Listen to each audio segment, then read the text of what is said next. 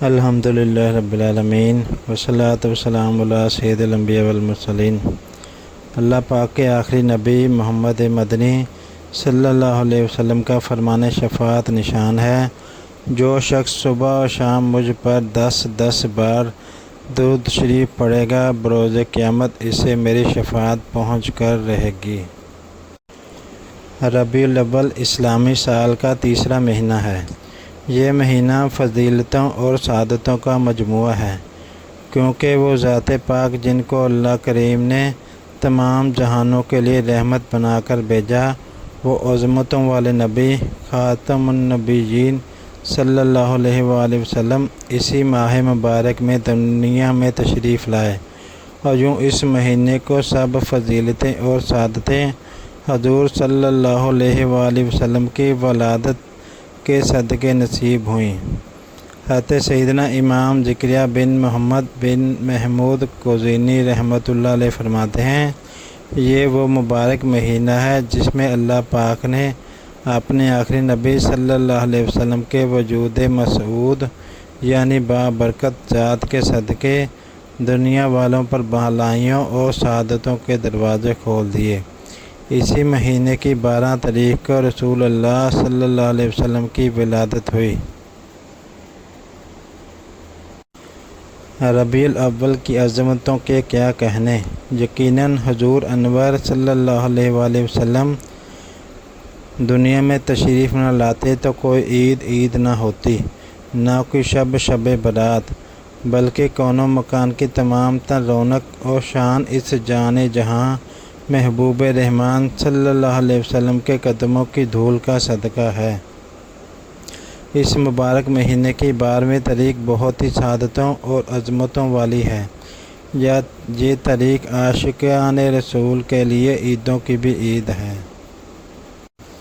ہم سب کے پیارے نبی صلی اللہ علیہ وسلم کی ولادت کا دن پیر شریف ہونے کے ساتھ ساتھ یہ دن اور بھی کئی وجوہات کی وجہ سے اہم ہے۔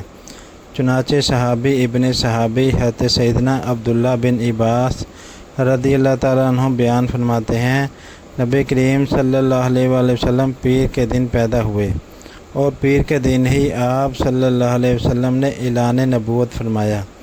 مکہ پاک سے ہجرت کرتے ہوئے پیر کے دن روانہ ہوئے، اور مدینہ منورہ میں پیر کے دن ہی داخل ہوئے۔ پیر کے دن انتقال شریف ہوا، اور آپ نے حجر اسود کو پیر کے دن ہی نصب فرمایا، اور ایک روایت کے مطابق غزوہ بدر میں بھی فتح بھی پیر کے دن ملی۔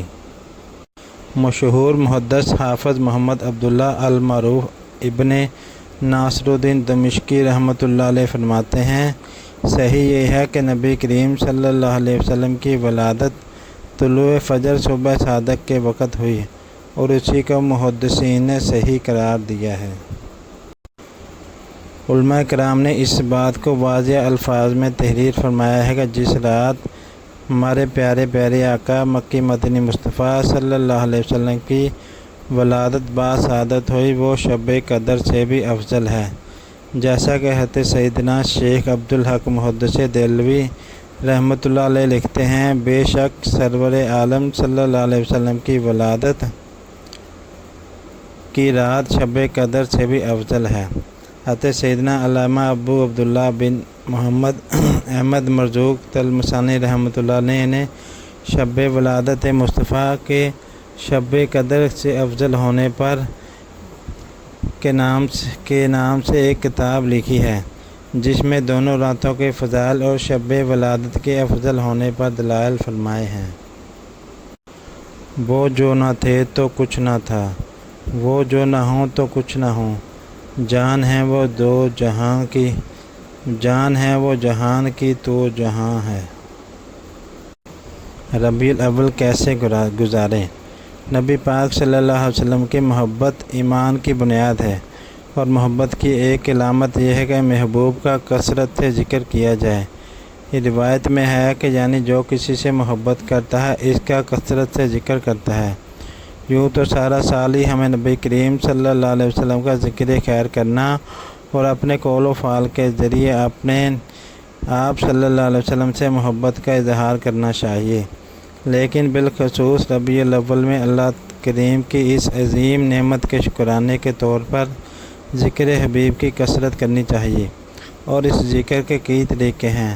مثلا نبی کریم صلی اللہ علیہ وسلم پر درود پاک پڑھنا، نعت شریف پڑھنا، آپ صلی اللہ علیہ وسلم کی شان و عظمت بیان کرنا، محلے داروں، راہ چلنے والوں وغیرہ حقوق عامہ کا خیال رکھتے ہوئے شریعت کے مطابق محفل میلاد کرنا اور اس میں شریک ہونا وغیرہ ذکر رسول ہیں۔ لہٰذا ربیع الاول میں تمام چیزیں ہماری معلومات میں شامل ہونی چاہیے۔